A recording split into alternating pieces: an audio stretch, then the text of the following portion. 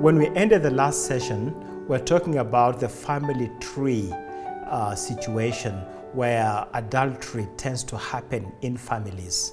If you're from a family where adultery is rampant and you are having tendencies of having an adulterous relationship or having what a Kenyan would call mpango wa kando, having another relationship on the side, you may not consider it to be adulterous, but it is. Be very, very careful because you've been raised in that environment and you are more susceptible than the average person.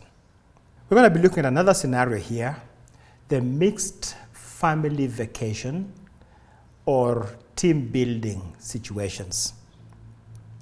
Going to family vacations with other families has its advantages and disadvantages.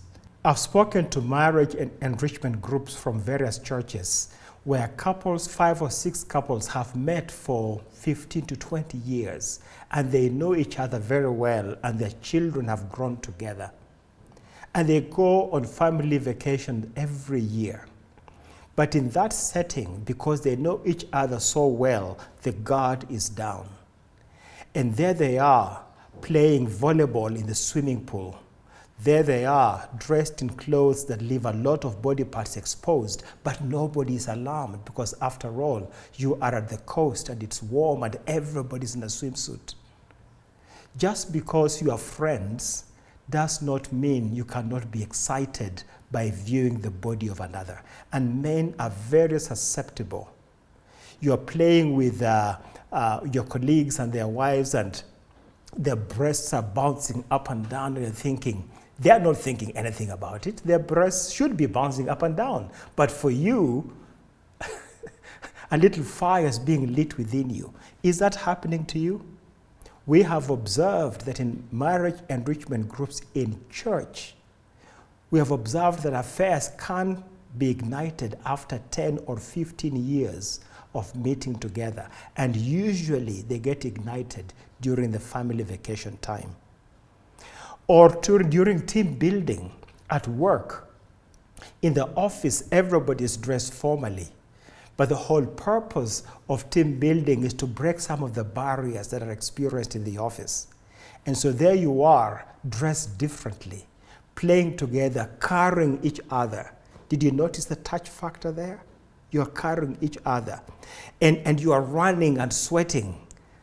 Believe you me, there is something attractive about the sweat of a woman to a man. And there is something attractive about the fresh sweat of a man to a woman. If the sweat is not fresh, it is repulsive to the woman. But if she's ovulating, it might still be attractive. Teasing each other during the time of play lowers the guard. Spending time together after play, the guard is low.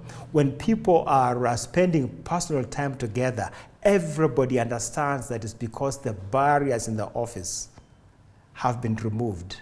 But that becomes the building block of the affair. Here's another scenario, spouses who live apart. You know, spouses who work in different cities have a lot of discretionary time after work. Some of them decide to continue working well past the working hours, which really exhausts them. Married men were designed to have sex on a regular basis, and married women were designed to have their conversational intimacy met by their spouses on a regular basis. When you work away from each other, who is going to meet those sexual needs? And who is going to meet the conversational needs? You know, some people say, well, I'll just work late into the night. Well, that can go on for a while, but you'll be exhausted. And very soon, you will begin to look for someone to meet your needs. You may not actively look for that person, but the women around you realize he is a lonely man. And there are women out there who look for those kind of men. They know you are married. They don't reveal their marital status. They know that they can be a girlfriend while you're away from home. Their goal is not to break your marriage. They may be even attending the church where you worship. Now listen carefully, friends. while believers are holy vessels in the eyes of God, an affair between two believers is not a holy affair. God does not like that. We have to be very, very careful.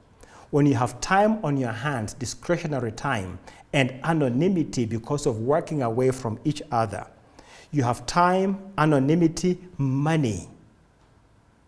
All you're waiting for is intimate conversations and touch, and all the building blocks of an affair are there. It's very, very easy to connect with an old workmate who decides to make a trip to the city where you're working. It's very, very easy to develop new relationships. It's very easy to connect with a house help who comes to your house once a week to clean. It is very, very easy.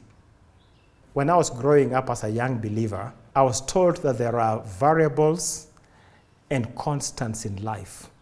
I was taught that marriage is a constant and work is a variable. So if I got a job offer that takes me away from my family, I would have to reconsider that. I can always get another job, but I must not get for myself another wife. Here's another scenario. Spouses who travel a lot or who spend time in conferences. Pilots and air hostesses are very vulnerable. They have time, they have anonymity, they have money because they're paid some allowances when they're spending time out of the country. The only thing that's remaining is intimate conversations and touch. They feel a certain amount of safety because their spouses know where they are. You know, in a hotel in London, you flew there last night and the flying laws don't allow you to fly back the following morning. You have to rest 24 hours before you can fly again. And you know, the air hostesses are not hired for their muscle power to put up suitcases, even though they must do that. They are normally hired for their beauty and ability to work. And so you have this tired man and this attractive lady having time together on a flight. It works out that some of them end up booking the same flight because, you know, they can be moved to different flights, but they work it out so that they're on the same London flight because they have an affair going on. Be careful now. I'm telling you things that I have witnessed, things that I have seen. Here's another scenario that might actually surprise you. The empty nester.